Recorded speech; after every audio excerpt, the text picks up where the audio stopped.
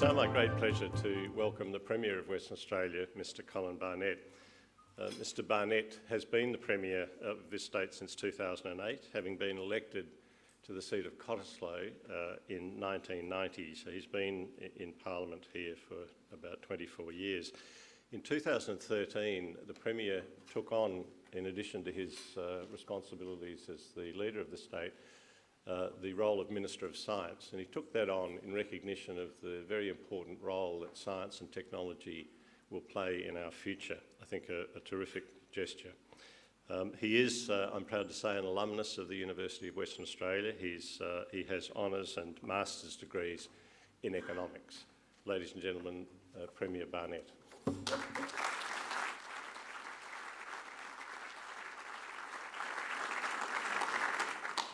Good morning, and thank you to Michael Chaney on behalf of the University of Western Australia for that welcome, to Julie Bishop, Foreign Minister, and great idea, Julie, to bring 78 heads of mission and ambassadors to Western Australia. We've just been discussing what the collective noun should be. My nomination is a dispute of ambassadors.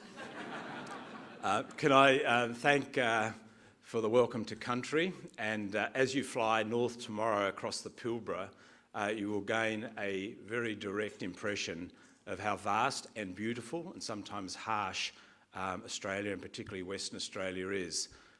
In fact, there are only 8 countries in the world that have a larger geographic area than the state of Western Australia, and you will fully understand that tomorrow. Western Australia is a huge geographic area.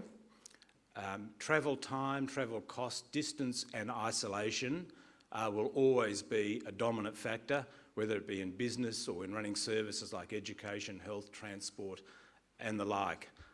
The state only has 2.5 million people, so a very small population, and very heavily concentrated, 75% here in the capital city of Perth. So a very unique and also a very specialised economy, very much around natural resources, traditionally agriculture, which remains a strong industry sector, but particularly since the 1960s, the development of mining and more recently petroleum, particularly natural gas. I would argue that Western Australia has the largest and most diverse mining industry in the world. And it is a very sophisticated industry. It is not simply digging rocks out of the ground. And again, for those who haven't, you will gain an appreciation of the scale and the excellence and the sophistication of that industry. There are over 500 commercial, that's large economic scale mining and petroleum projects in this state. The value of the production of that sector alone is around $115 billion. And it is a very strong and specialised and growing sector. To come to the In the Zone conference, first held in 2009, 5 years ago, and I was fortunate enough to speak at that conference. I spoke of Western Australia and its closeness to Asia and the importance of building on what was that strong trade relationship, particularly out of here. And I think the In the Zone conference has contributed enormously in building that relationship in so many ways. Back in 2009, of course, was at the height, or the low I probably should say, of the global financial crisis. The American financial system under great stress, countries in Europe, particularly southern Europe, going into sharp economic decline. Asia affected, but not so much. And I guess from an Australian point of view, we're fortunate to be closer to the less affected part of the world. Since then, economic conditions have recovered. Looking at individual and major trading partners, Japan, probably in the best economic position it has been in for perhaps 20 years. China, no longer growing at double-digit rates, but 7% will do us. That's still an enormous growth rate for a very large economy. Other economies, Korea, the Southeast Asian economies, all travelling pretty well. So that has been a good result, I guess, from what was a very uncertain time 5 years ago. In an Australian context, the Australian economy, I think also has done better than most top 20 nations in the world, probably far better than most of them during that period. For Western Australia, there's been also a strong transition from that period. Over that time, the West Australian economy has grown faster than the Australian economy as a whole, growing at about 4 to 6%. Our gross state product has gone from $177 billion to $243 billion over that 5-year period. Per capita gross state product is $100,000 for every person living in this state, so that doesn't directly translate into personal income, but it gives a sense of the prosperity that Western Australia enjoys. 5 years ago, Western Australia's share of Australia's merchandise exports was 38%. Today it is 48%, with a population of just 11%, and it will rise above 50% very shortly. Our exports, this is a very export-orientated economy, and one that is closer both physically and economically, and I think increasingly at a personal level, to Asia than perhaps any other Australian state. Western Australia, as I said, accounts for 47% of Australia's exports, very heavily dominated into the major economies of Asia, and an extraordinary statistic is that this state supplies about 70% of Australia's exports to China, and attracts about 80% of Chinese investment into Australia. So that growth and the emergence of modern China, probably the phenomenon of these decades, has a profound effect on Western Australia in particular. So that is all pretty good stuff. The one quirky statistic I'll give you is that, and this you won't believe me, but trust me, I'm a politician, is that Western Australia's alone, just Western Australia's exports to China are just under half of the value of all of the USA's exports to China. It is an extraordinary measure of the interdependence that this state has with Asia, and particularly over the last few years with the rapid growth of the Chinese economy. But what's changed? What has changed in those 5 years? They are factors of economic growth, but beneath that there's been some more subtle changes take place. I think in just recent weeks, the work that has been done in terms of free trade negotiations with Japan, Korea and China has been outstanding, and I'm sure Julie will say more about that during the course of the day. I accompanied Prime Minister Abbott on at least part of that, and I must say he did an outstanding job.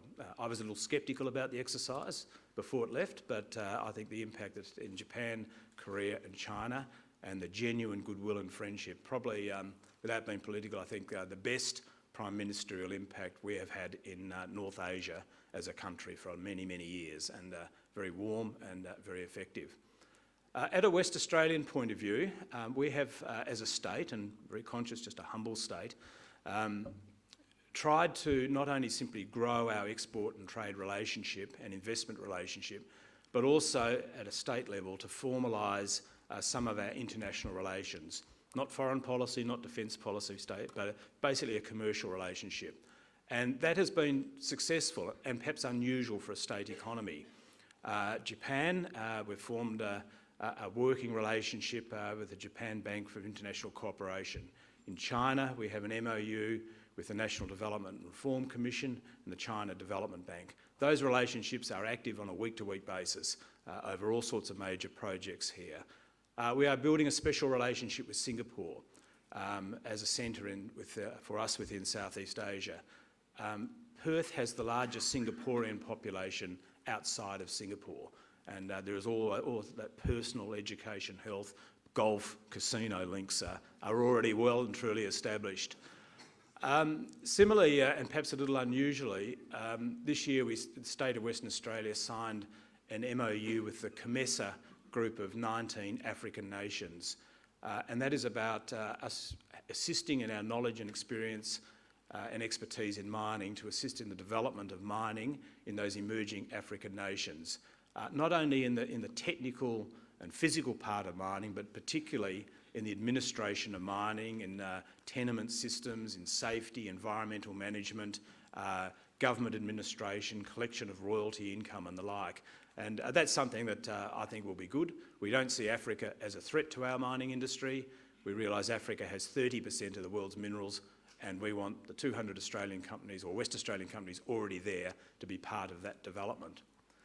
I think the other aspect I'd make is that the growing relationship is bringing more subtleties, more interdependence, and changes within particularly Asia have a very dramatic effect here. Some of them are policy changes, some of them can be catastrophic events and the like.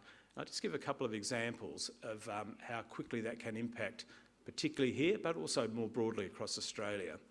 The tragic earthquake and tsunami in Japan in 2011, huge tragedy, and obviously Japan still going through that rebuilding process.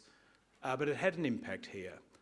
Japan lost virtually all of its nuclear power capacity, and Japan's long-term planning for the use of natural gas in its economy was set at about 40% into the future.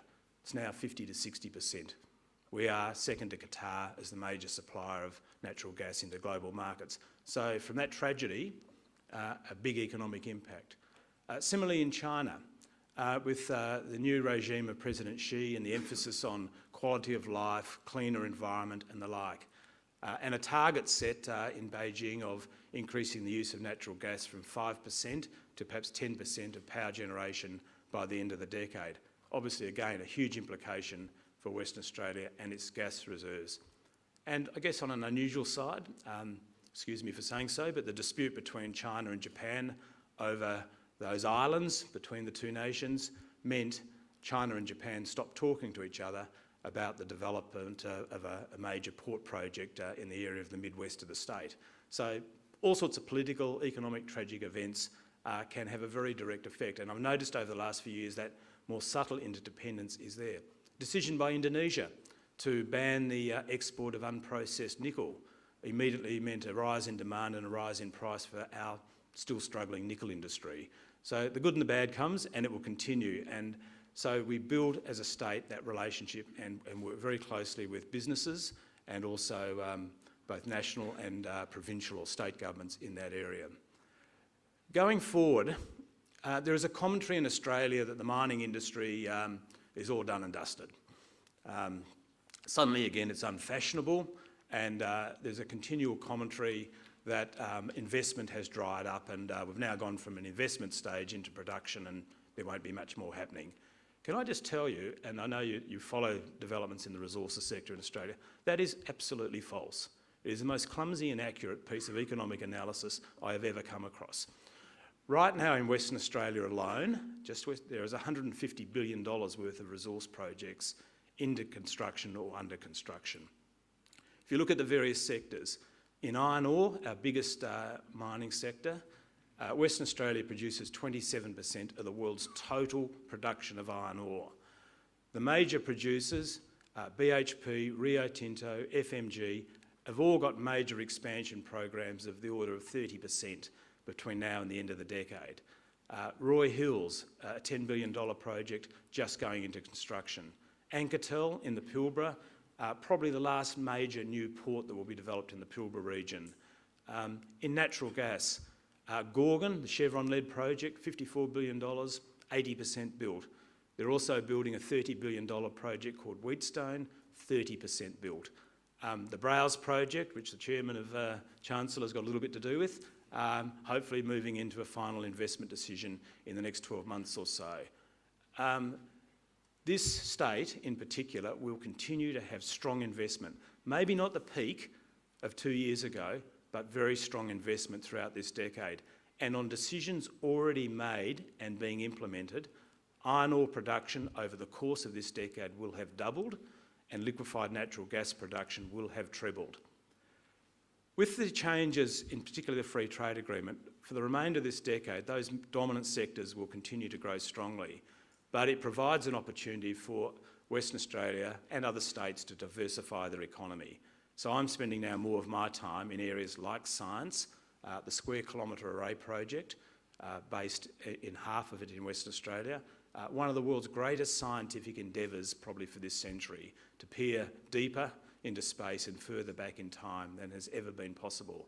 That will boost science, technology, computing right across this state. The state also is one of the world's extreme areas of biodiversity. Recent discussions in Jiangsu about collaboration between universities and research in that area. Agriculture, we can double agricultural production to meet growing population, growing urbanisation, growing desire in our region for better quality food and in particular for safer food. That will require two-way investment and we welcome international investment into all sectors of the West Australian economy.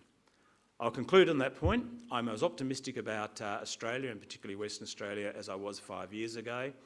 I welcome and appreciate all of the work that and the support we receive from diplomatic representatives, whether here or in Canberra and in host countries. And I'd also like to thank the university and for the concept of In the Zone conference.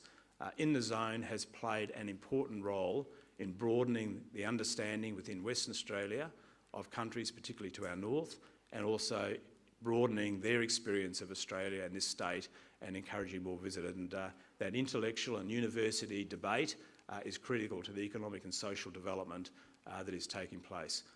For our state, for my state of Western Australia, this is the defining decade. This is the decade that matters. We have not missed an opportunity and we won't in the next half of this decade. At the end of this decade, probably our mining and agricultural industries will be more mature, but we'll also be closer. And final comment, we are moving north at the rate of 7 centimetres a year. One day we'll join up. Thank you very much. Thanks very much, Premier.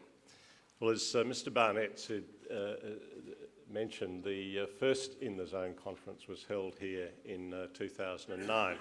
And we did that because we wish to bring together business and political and community leaders to discuss our role in the region and to discuss our future as neighbours and to discuss the prosperity that we could generate if we work together. I'd like to start my comments this morning with a quote, one that I think succinctly describes Australia's role and place in the region. And I quote, "Australia gives special weight to the international element in economic affairs. As a country dependent still on exports of food and raw materials and on investment for development, Australia needs an expanding world economy and trade outlets and international monetary stability. Australia contributes economic assistance to other countries and will continue to do so. We take an active part in international affairs. We believe that continued international action in the economic field is essential to tackling world problems." Well, end of quote. Those wise words weren't spoken by a current political or business leader, not by someone who's witnessed the remarkable transformation of the Australian economy in recent years on the back of the emergence of developing Asia, but by a West Australian in 1968, nearly 50 years ago, someone who clearly understood the importance of strong engagement in the region. The speaker was Paul Hasluck, Sir Paul Hasluck, an alumnus of this university who was Australia's Foreign Minister from 1964 to 1969 and whose electorate included this university. That was a particularly astute statement, I think, at a time when Australia was still finding its place in the world and when its key trading partner was Britain. If you fast forward now to 2014, few, I think, will dispute that our future is intrinsically linked with our neighbours in the Asian region. Their success is our success. We are, as has been said by many, in the Asian century. Today, Australia's export markets are predominantly Asian, with 7 of our top 10 trading partners in this region. Our economic ties with the region have been strengthened, of course, over recent weeks, with free trade agreements signed with Japan and Korea and negotiations renewed and ongoing with China. As the Prime Minister said during his recent visit to China, Australia is not in China to do a deal, but to be a friend. We don't just visit because we need to, but because we want to. This university, through its newly formed US Asia Centre, which some of you will have heard about last night, recently hosted a public lecture by our distinguished alumnus, Australia's ambassador to the United States, Kim Beazley, who spoke about the importance of our location within the Asia Pacific. He said, "The Asia Pacific is the centre of global politics and we are located on its southern tier, within reach of the main time zones of the focal point. So from being essentially a Cold War backwater, we are now crucial and the Americans are now treating us as crucial." End of quote. Well, Ambassador Beazley is right, but it's not just for geopolitical reasons that Australia has a place in the sun today. It's also our social and cultural links within the region. The second most common language spoken in Australian households is Mandarin, and the second most common language coming into Australia now, other than English, is Hindi. There's a growing understanding that if you're going to reach out into the region from elsewhere, there is valuable expertise in Australia that you ought to tap into. Australia's now more important to the rest of the world than we have ever been.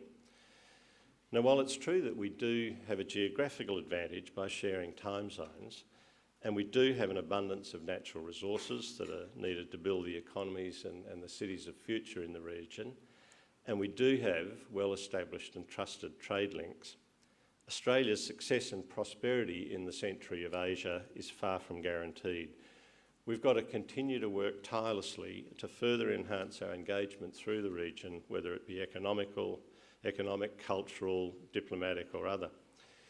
In addition to the political visits and exchanges that have taken place in recent years, and the Premier mentioned the recent one by the Prime Minister, a lot of effort has gone here into building public policy around our future engagement and mutual prosperity. Ken Henry's white paper, Australia in the Asian Century, completed about a year and a half ago, described the opportunities and challenges facing us over what should be some pretty prosperous decades ahead. It set 5 tasks: maintaining a productive and resilient Australian economy, building capabilities, operating in growing Asian markets, building sustainable security, and achieving deeper and broader relationships in Asia. Now, successful execution of those tasks will rely on a substantial effort by governments, business and other institutions, and frankly, we've got to do a lot better in all of those areas than I think we've been doing to date. One of the most significant areas of cooperation between Australia and its Asian neighbours has been in education. I have the privilege of chairing a body called, which is set up by the Australian government, called the International Education Advisory Council, which delivered a report to the government last year entitled Australia Educating Globally. International education is a pillar of the people-to-people relationships in this region that drive economic, cultural and social outcomes for Australia in this century, and it's going to continue to be a very significant export opportunity for Australia's education institutions, including this one. We have about 21% currently of our students coming from other countries. A lot has been made of the education and relationship benefits wrought by Australia's involvement in the Colombo Plan, which from 1951 until the 1980s brought students from predominantly Asia into Australia. The Asian students who came here became great ambassadors for Australia and really strengthened our relationship with countries in the region, and many of them ended up in senior positions in government and in commerce back in their own countries. And it was very useful, and it did have those effects, but it's, I think, useful to put that experience into perspective. The Colombo Plan involved just 20,000 students over 30 years, so it's less than 1,000 students a year. Today, no less than 500,000 international students are enrolled in Australian education institutions, of whom around 230,000 are enrolled at our universities. And we expect to be welcoming about another 120,000 international students by the year 2020. Fully 80% of those numbers come from Asia. So within the next decade, think about this, there'll be literally millions of people throughout Asia who've been educated in Australian institutions, and I think will be a huge force in improving and developing relationships between our respective countries. Obviously, it's of great importance to our economy. This is the 4th largest export industry in Australia. It generates about $15 billion of income annually, more than tourism, and supports about 100,000 jobs. But it's equally important, of course, for those international students and for the development of those relationships. This will, I think, be further enhanced through the federal government's recently announced new Colombo plan, which is, if you like, the inverse of the old Colombo plan. That'll involve sponsoring students from Australia into countries outside Australia to study, with a pilot program next year, and then will be more fully developed in 2015. And I think the Foreign Minister's going to talk a little bit about that. So, ladies and gentlemen, it's very clear to all of us that the future holds great promise for all countries in this time zone. In fact, 60% of the world's population live within an hour, plus or minus an hour of this time zone. There's huge potential.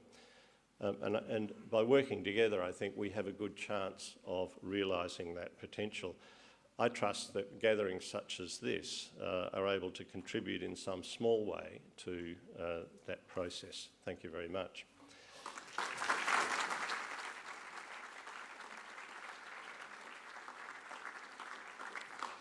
It gives me pleasure to hand over the chair to Aiko Doden, who's going to be our moderator for the remainder of the session after a couple more speeches from some of the panel members. Aiko is a senior commentator at the Japan Broadcasting Commission.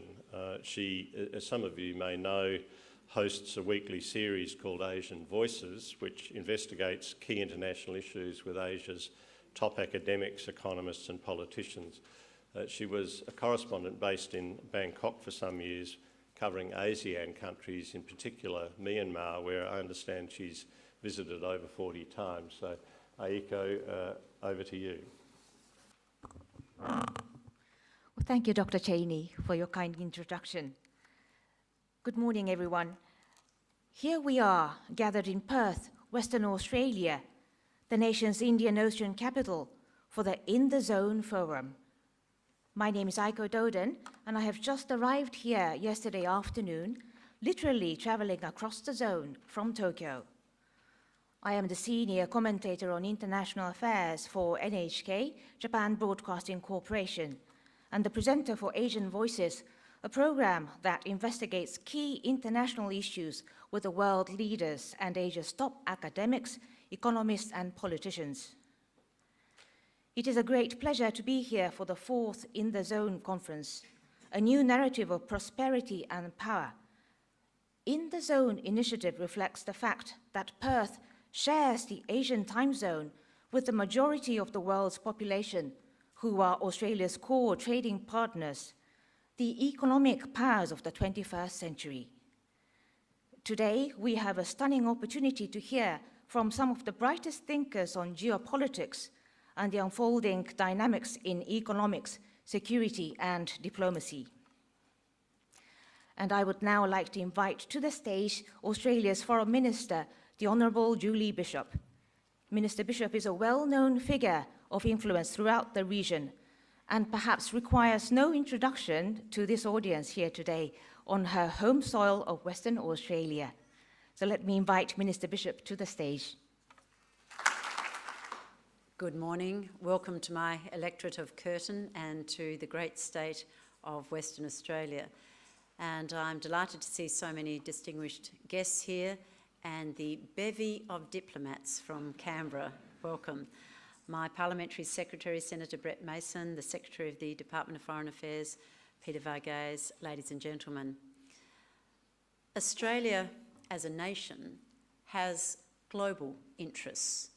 We are active in global affairs, we trade globally, we seek out global markets, and two-way investment is global.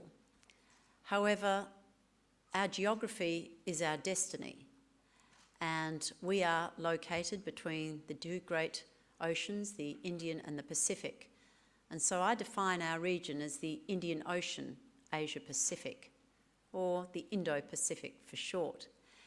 And unmistakably, our focus in foreign policy terms is on our region, not exclusively by any means, but this is our neighbourhood. This is where we live. This is where we do business. As the Chancellor said, 7 out of our top 10 trading partners are here in the zone. And this conference is designed to focus on Australia's geographic location.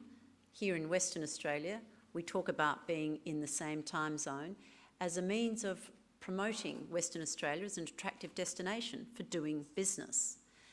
And our diplomats will, today and tomorrow, be hearing from various Western Australian government representatives and Australian government representatives about why Western Australia is a great place to do business. And in particular, we'll be taking a site visit to the Pilbara. And if you haven't visited the Pilbara before, I'm sure you already have an idea that the scale of projects in the mining and resource sector is world class, of world status. The level of investment in the Pilbara is astonishing. And I cite just two examples: the United States, Chevron and ExxonMobil investing over $50 billion in one of the world's largest natural gas projects, Gorgon. That project alone has greater capacity than our entire LNG exports for last year. Then there's the Sino iron ore magnetite project south of Karratha, an incredible level of Chinese investment in a magnetite mine, processing plant, port and rail facilities. Australia has been built on foreign investment and will continue to thrive on foreign investment, but it is two-way. And while we have built a world-class mining and resource sector here with companies second to none in terms of expertise and sophistication, our mining companies are also investing, working, operating elsewhere around the globe, taking the expertise gained here to other countries for the benefit of other countries. Later this year, Australia will be hosting the G20 in Brisbane. I'm not sure why it's not in Perth, but I wasn't in government. Stephen Smith, I'm looking at you. And that will be an opportunity for us to showcase Australia to the other G20 members. But I think of Australia as a top 20 country in any event. Whilst we might be 53rd when it comes to population, we are entering our 23rd consecutive year of growth, and that's a record unparalleled by any similar economy.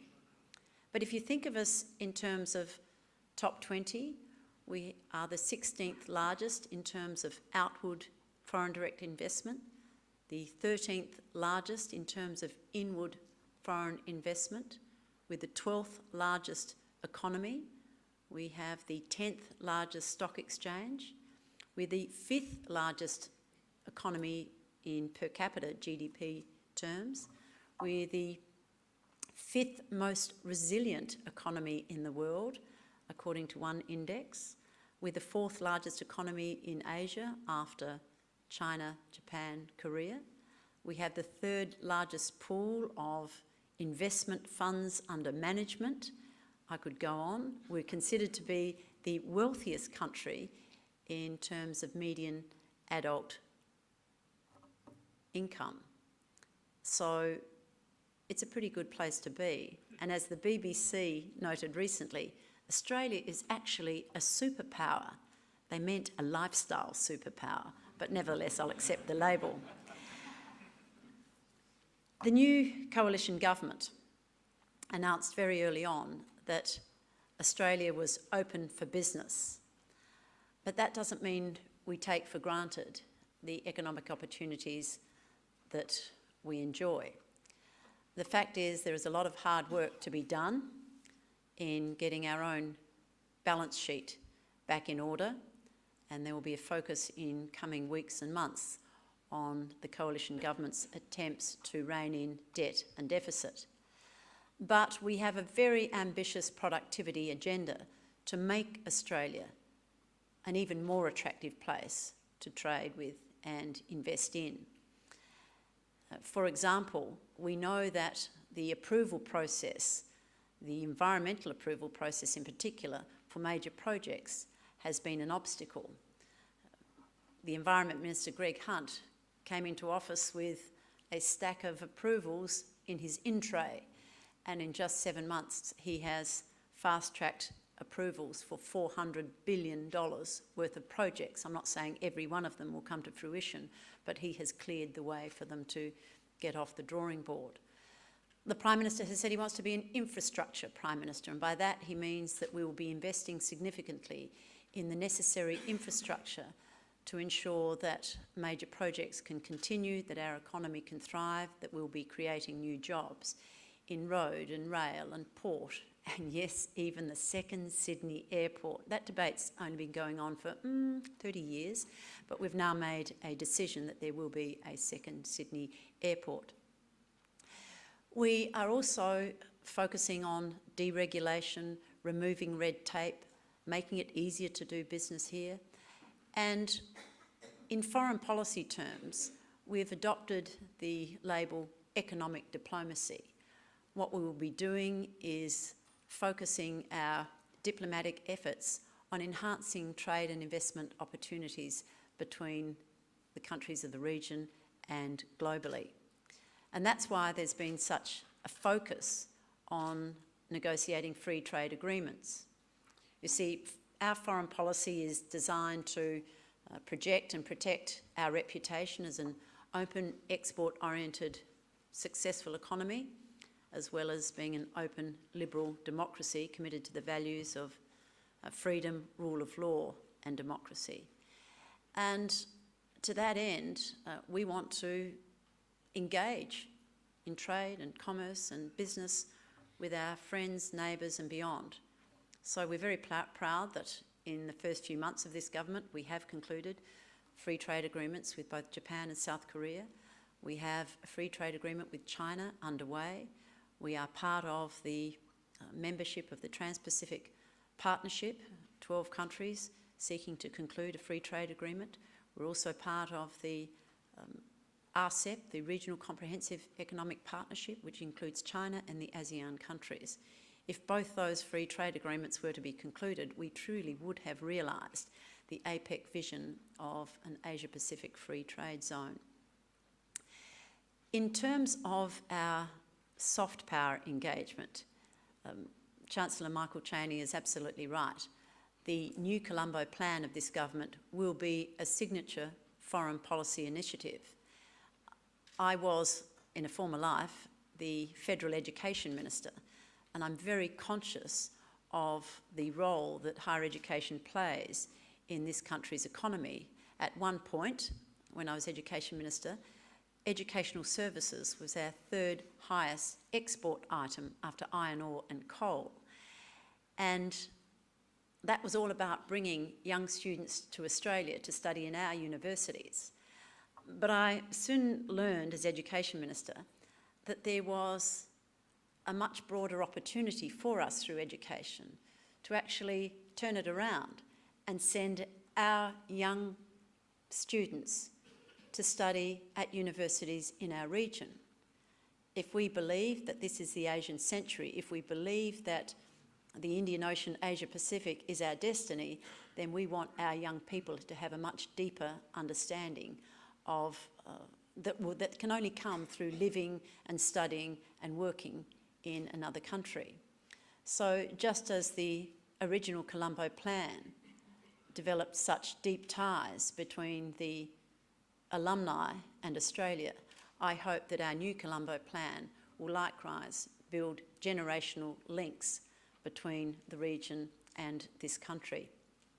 I'm often amazed to find the number of people sitting around a cabinet table or a boardroom lunch as I visit cities in the region, that a number of them are in fact Colombo Plan scholars.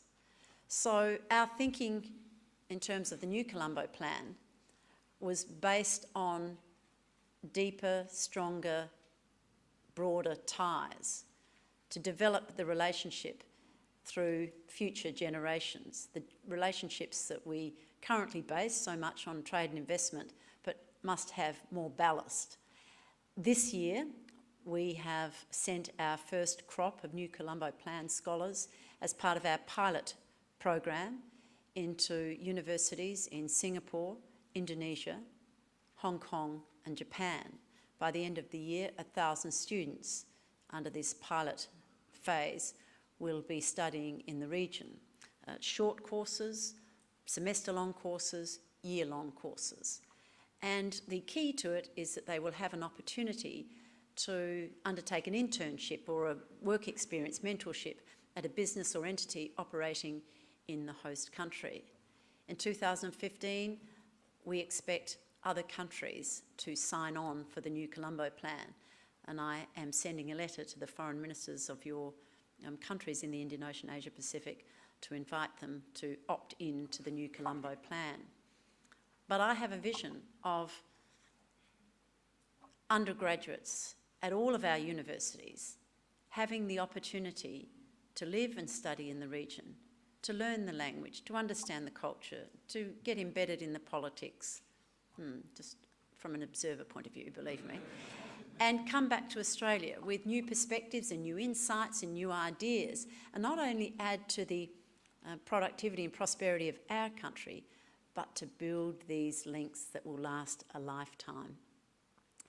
Now, I am delighted that this year Australia is the chair of IORA, the Indian Ocean Rim Association, and I know there are a number of IORA member diplomats here today. But this is an association that's about 20 years old, and it hasn't featured largely in the global agenda of associations or alliances or networks or dialogues or frameworks. But nevertheless, the 20 members of the Indian Ocean Rim Association and the dialogue partners recognise that the Indian Ocean is a very significant region. We have a work agenda that focuses on fisheries management, on tourism, on trade, on disaster relief, on humanitarian efforts, a whole range of issues that are important to this region. Australia is entering its 40th year as a partner of ASEAN this year. So for 40 years we have worked closely with the countries of the ASEAN grouping. And of course we are active in the East Asia Summit, in APEC and other regional bodies. So I hope that over the next few days the diplomats from Canberra will see what we see, that Australia is most definitely open for business, that this is a great place to trade and invest, and that we are a trusted and reliable trading partner. Welcome. Well, thank you, Foreign Minister Julie Bishop, for your comprehensive analysis of Australian foreign policy and how Asia is defined in that context. I would now like to welcome Dr. Dino Pati Jalal. Dr. Jalal was the Indonesian ambassador to the United States from year 2010 to year 2013. And from year 2004 to 2010, he was the spokesperson to Indonesian President Susilo Bambang Yudhoyono. Please welcome Dr. Jalal to the stage.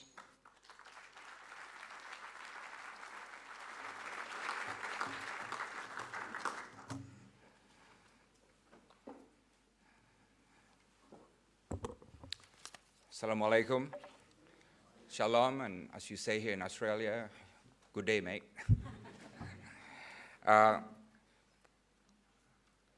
Chancellor Sheni, Foreign Minister Julie Bishop, Peter Vargas, and fellow ambassadors, all the participants of the In the Zone conference, I want to say thank you for the honor to invite me to speak at this conference, and special thanks also to Mr. Phil Wally Stack, who is here and welcoming us in his local tribal language. And I want to respond by saying, Nguni Jeripin Nija Bujar.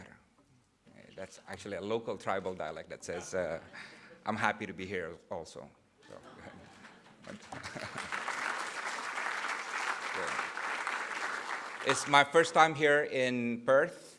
I've been to Australia many times before, to Sydney and Melbourne, but never to Perth. And I'm so pleased to be here finally after 48 years and to find out that many of my good Australian friends are actually from Perth. Foreign Minister Julie Bishop, Kim Beazley is from here also, Rick Smith, and many others. And I think the one pleasant thing I know about Australians is that since I joined the Foreign Ministry in 1987, I found out that Australians are not just special kind of people, but when you are when you befriend Australian, they are friends for life. And this is what I have experienced because after 28 years, I remain friends with all of my Australian friends. So that is very special quality. Foreign Minister Julie Bishop talked about generational links. And I think that's one thing that I want to pick up on in my talk today. I want to talk about how Indo-Pacific, particularly Asia, has changed from the viewpoint of an Indonesian. Let me highlight a few things by which I think Asia has changed. I'm a diplomat that has turned to become politician in recent months and found out one thing that was quite interesting, traveling to about 30 cities across Indonesia. Everywhere I went, I visited local markets and I talked to the poor traders and I asked them, what does your father do? And the answer was, my father didn't graduate from elementary school. And how about you? Well, I graduated from high school or junior high school. But how about your kids? My kids are actually in college, and actually my kids have university degrees, right? Now, this is something that surprisingly I found consistent in virtually every poor families that I visited in Indonesia, which means what? There is generational mobility, you know. Every generation has higher education. And what that means is that the poor now is a different kind of poor in Indonesia. I think my Indian friend says the same thing as well. Poverty still exists in India, but the difference is the poor there have a greater sense of hope and entitlement. And this is what I see in Indonesia, and I believe this is what I see also in the Philippines, in Thailand, in Myanmar, Bangladesh, in many other countries throughout Asia. And why this is important? Because once somebody has a university degree, even though he or she is poor, that person is halfway into the middle class, right? So I think the best medicine to fight poverty is university education. And we're seeing a lot of that, not just in Indonesia, but throughout Asia and the Indo-Pacific. Now, this leads to the second point, which is I think there's a revolution going on in Asia. It's a quiet revolution, you know. You don't see big bangs, you don't see fighting in the streets. It's called the rise of the middle class. You know, in Indonesia, before we know it, 10 million people are now joining the middle class every year. And now about 53% of Indonesians are middle class. And you see this rise of middle class not just in Indonesia, but throughout Asia. The Asia Development Bank says that by 2050, another 2 billion people will join the middle class in Asia. So that is a major change of the social and economic landscape in Asia. Because the middle class is not just economic. When you're middle class, you work hard for your money, you own your own home, you pay tax, you actually have a birth certificate, you have a car, your kids go to school, and they own university degrees in the end. And you have a lot of hope. And you produce not just for yourself, but for your family, your community, and for the nation. So this revolution, the rise of the middle class, actually is one of the most important, quite and invisible revolutions that is happening in Asia. And this also leads to the third change, which is the rise of confidence. I have to be honest with you. I was born in 1965, and my generation felt, through our loud noise, some kind of inferiority complex, especially towards Westerners, right? We always said Westerners is way ahead of us. They're way better. They always do things better. And, you know, it's hard to catch up to them, you know. I think some of my Asian friends would attest to that as well. But what we see now is completely change of mindset. There's a survey by the World Youth Survey, and what they found was very, very interesting. They asked the youth of today what they think about globalization and world issues, and the finding is quite startling to me. They found that the country with the highest rate of youth who love globalization, not just like, but love globalization and think of globalization as something positive, is in China, 91%. Right? India is 89%.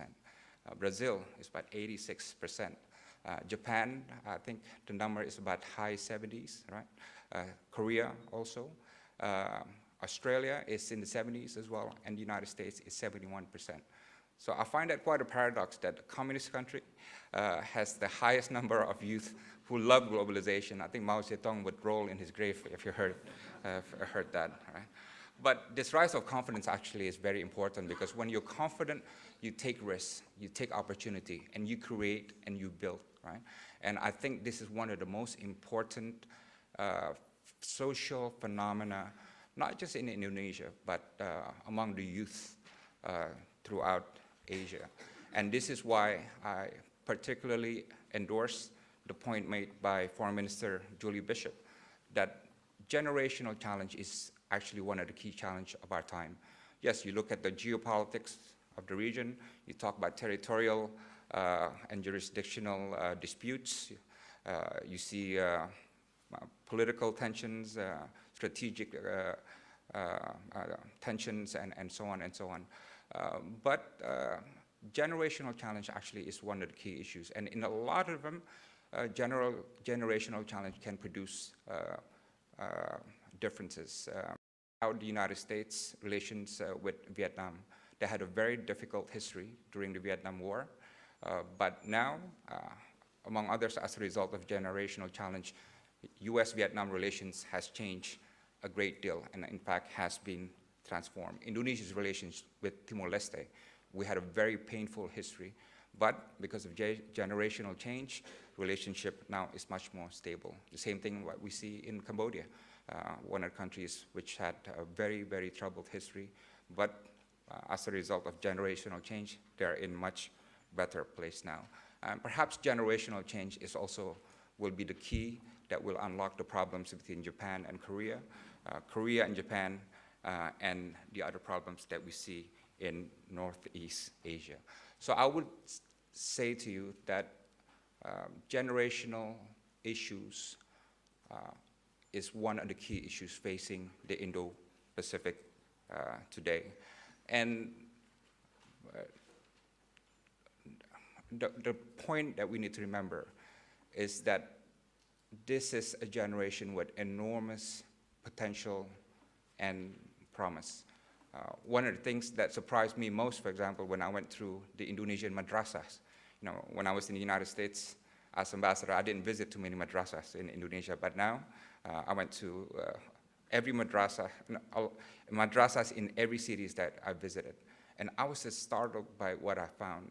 In Indonesian madrasas, the students get up at 3:30 in the morning and do their activities, the prayers, the studying, the cleaning up. Every Indonesian student in every madrasa has a discipline where they get up at 3:30 in the morning. That's incredible. They are very strong-willed and very disciplined.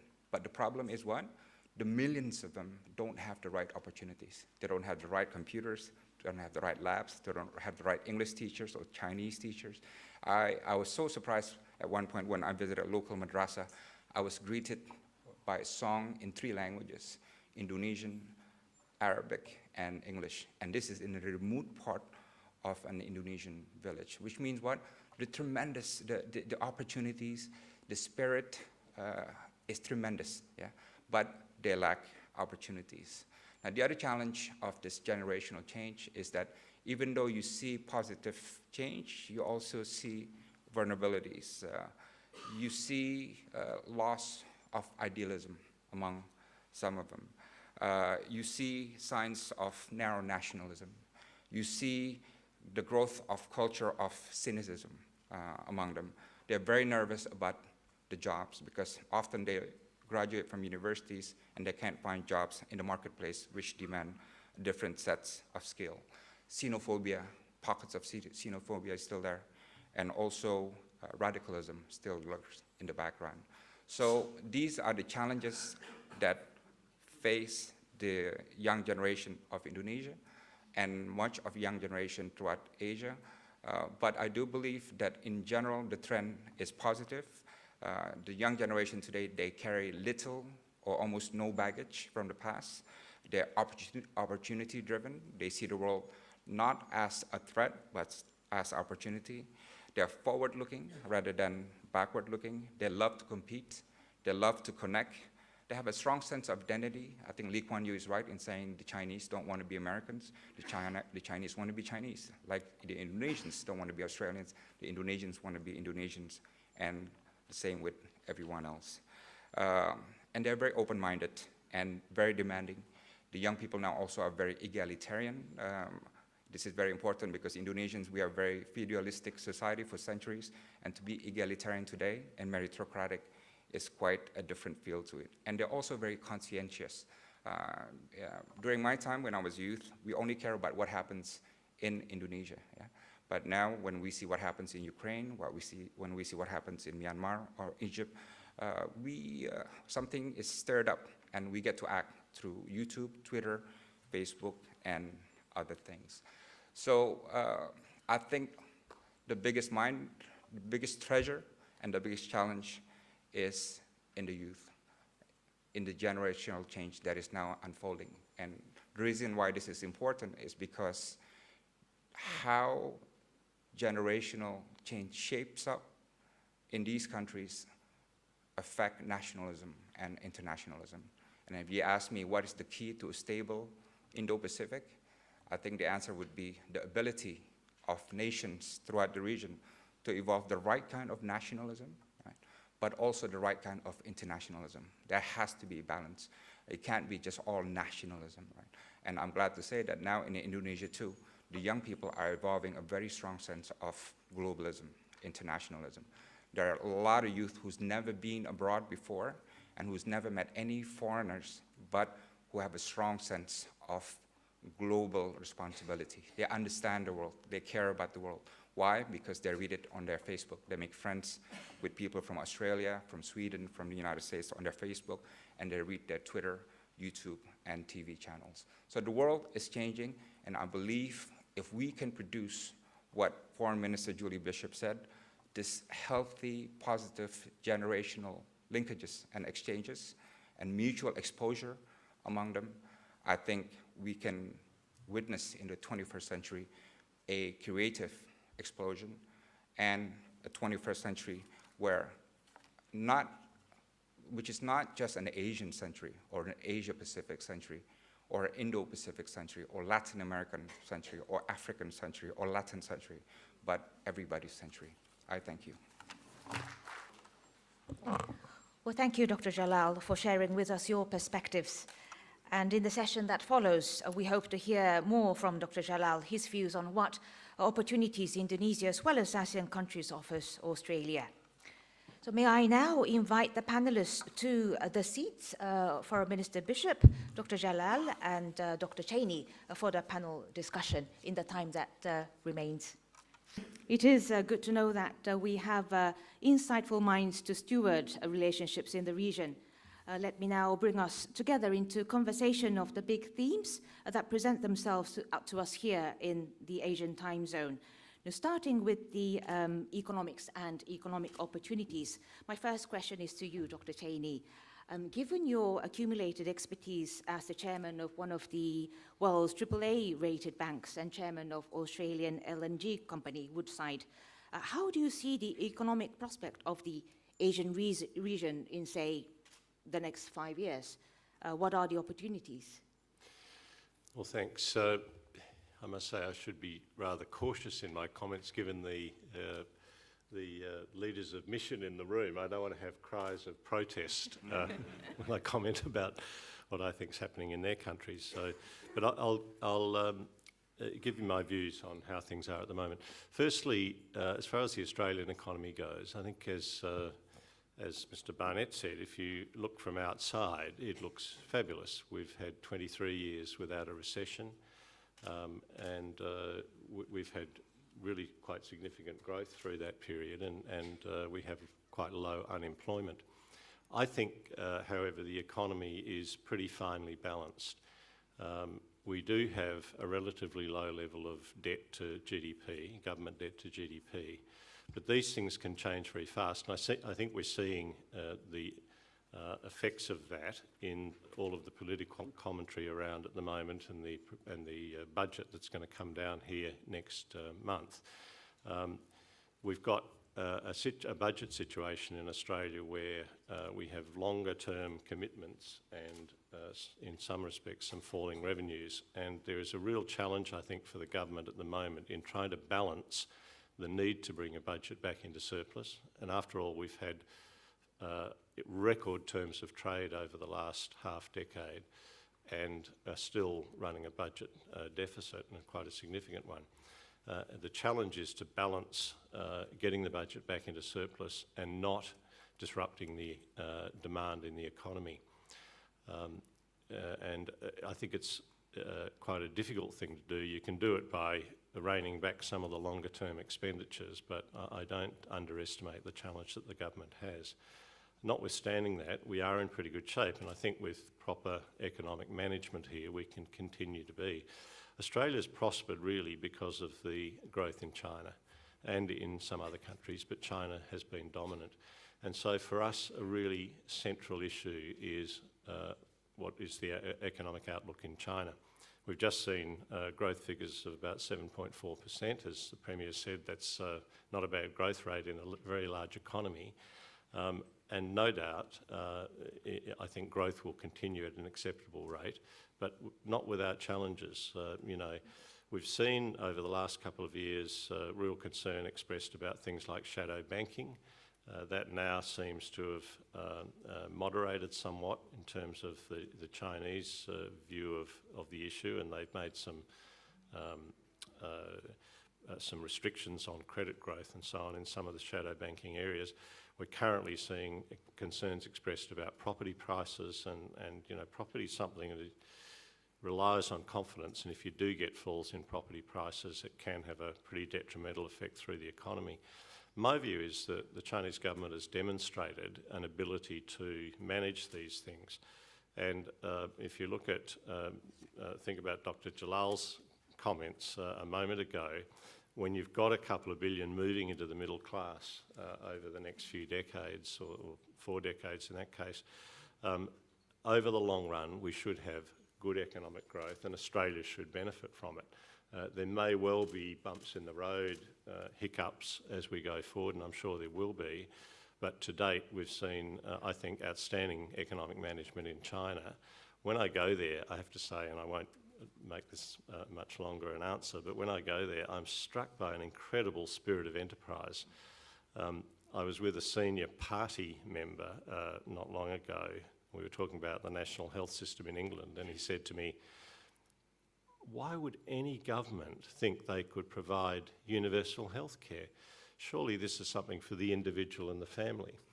Now, this is from a senior member of the Communist Party, and it really illustrates what you see up there. There's a fantastic spirit of enterprise. So I'm optimistic, notwithstanding there will be some bumps in the road. I'm not going to talk about the US, which I think is reindustrialising, and that's very encouraging. Europe, which is, I think, got some deeper problems. But overall, I think we should be optimistic that we've got reasonable growth ahead of us. I see. Well, with that positive note, Foreign Minister Bishop, Prime Minister Abbott have just completed what can be defined as a very successful trip to Asia.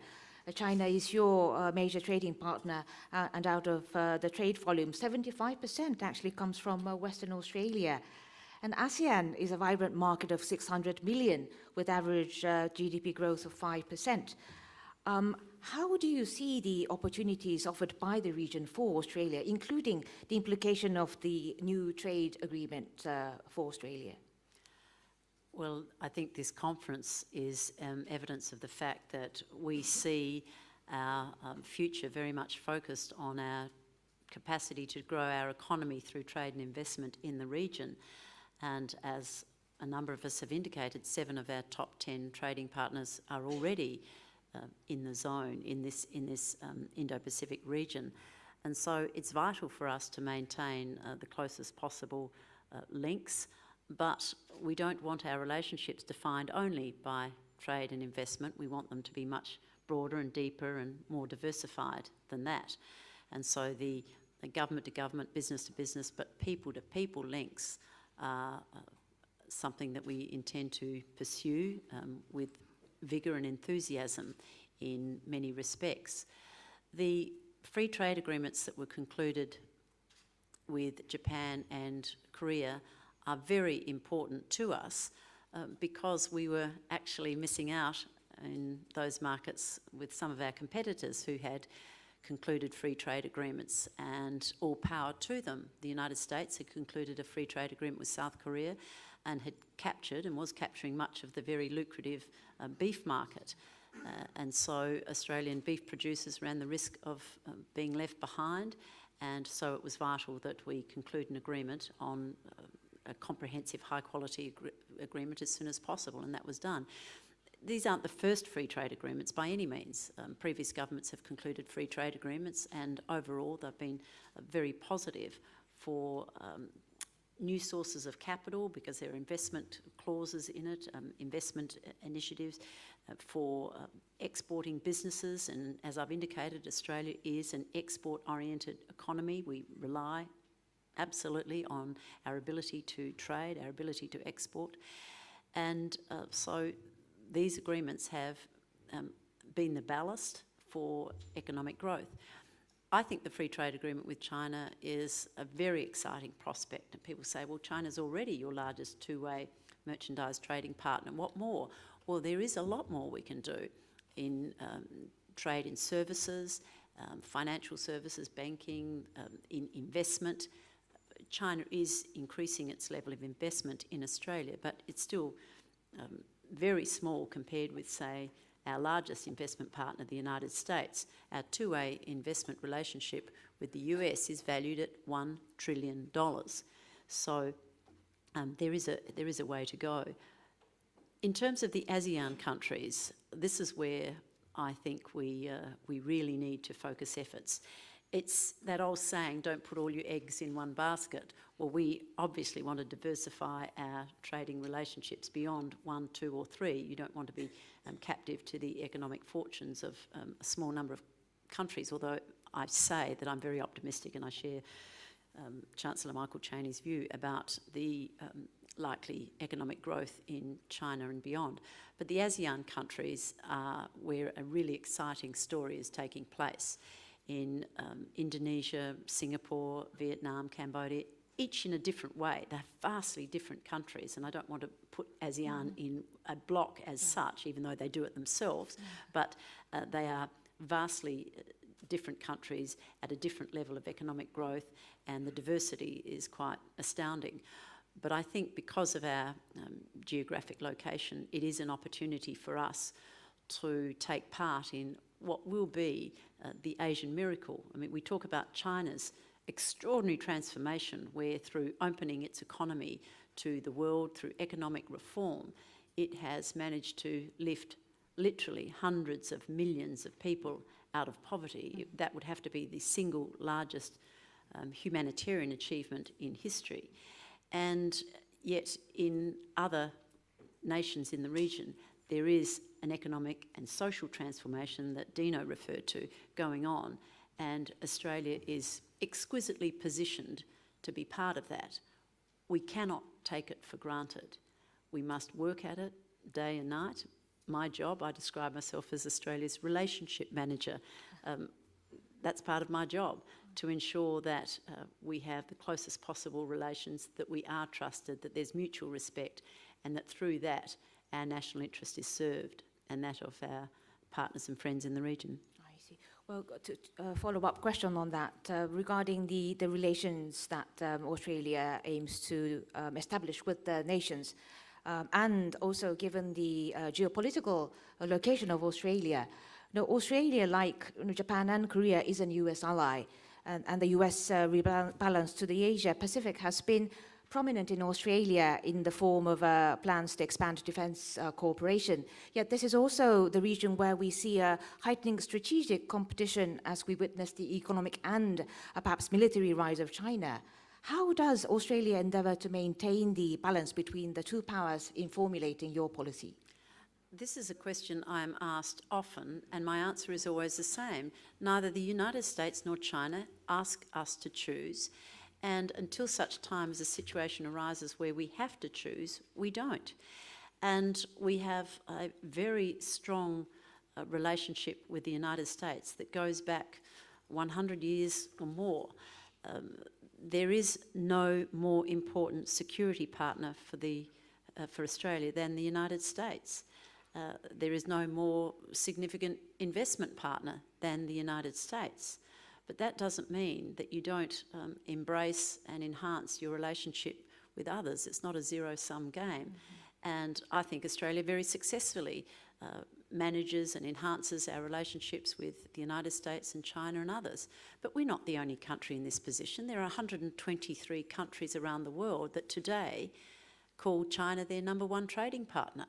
So there are many countries who are balancing relations between emerging powers, existing powers, new alliances, new networks. I agree with Dino. I think this is actually going to be the global century because of the shifting power structures that we see around the globe. So I also should conclude by saying that both the United States and China have so much invested in each other's peace and prosperity that I don't see or envisage a situation where Australia would find its friendship and relationship with either being to our detriment. We manage both, and long may that be the case. I see. Well, it seems, as some of the leading political scientists in the region say, it's not a either-or question, but a and issue here, it seems, with vis-a-vis China and the US. Indeed. My question to Dr. Jalad would be, with Indonesia's vibrant growth and the emergence of ASEAN community by year 2015, what new opportunities are there for Australia to optimize? Thank you. First, I must say that for Indonesia, this is going to be a big year because next year we have the ASEAN community, 2015, and you know, we are anxious, we're optimistic, but we all need to get ready for it. In Indonesia, we have an election year, and I keep saying to my countrymen, look, election year is important, but don't let it derail us from taking advantage of the ASEAN market. And our message is that with the ASEAN community, Indonesia's market is not just 240 million, but 600 million people.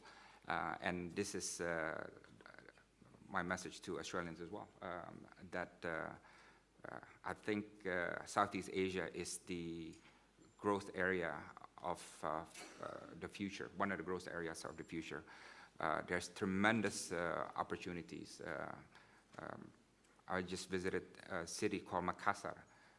China is growing at 7%, Makassar is growing at 10%. And there's quite a few cities in Indonesia which are growing at high numbers. There's a lot of investment opportunities in Indonesia. We have a long-term infrastructure project, a 25-year project. It's called that would require both domestic and international capital. And I think Australian investors would be very much welcome to take part in that. Yeah. But one thing that I also want to say to my Australian friends is, during my travel throughout Indonesia, I visited many universities that were so proud of their connections with Australia. In the University of Mataram in Lombok, almost half of the teachers there graduated from Australian universities and funded by the Australian government. And they wear it as a badge of honor, you know, around the universities. In some of the madrasas, I think there's one madrasa I visited that where 10 of their students went into a student exchange program to Australia. And they immediately became not just madrasa celebrities, but village celebrities, and they came back and they spread the message about what they see and what they experience. So these things are not to be underestimated.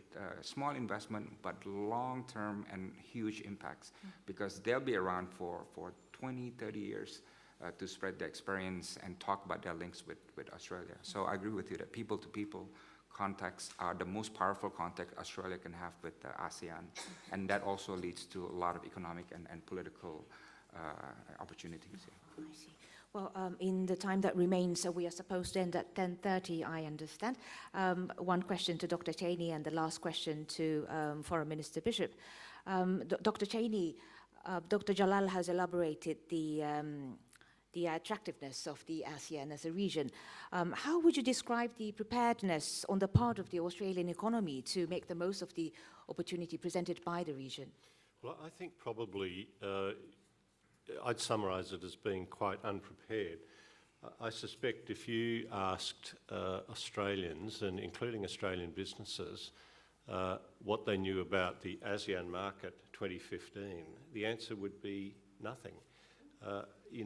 There are some companies operating throughout the ASEAN nations, but the whole concept of the ASEAN market, of the free trade of people and goods and so on, has received very little publicity down here, and it would actually be quite useful, I think, if Dr. Jalal could give us a brief,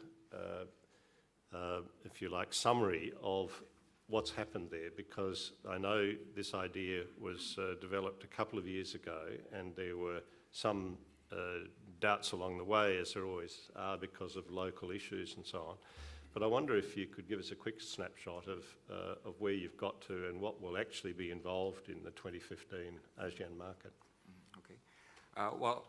First, it's going to be a 600 million market. It's going to be a single production base, and tariffs will be down to 0 across ASEAN.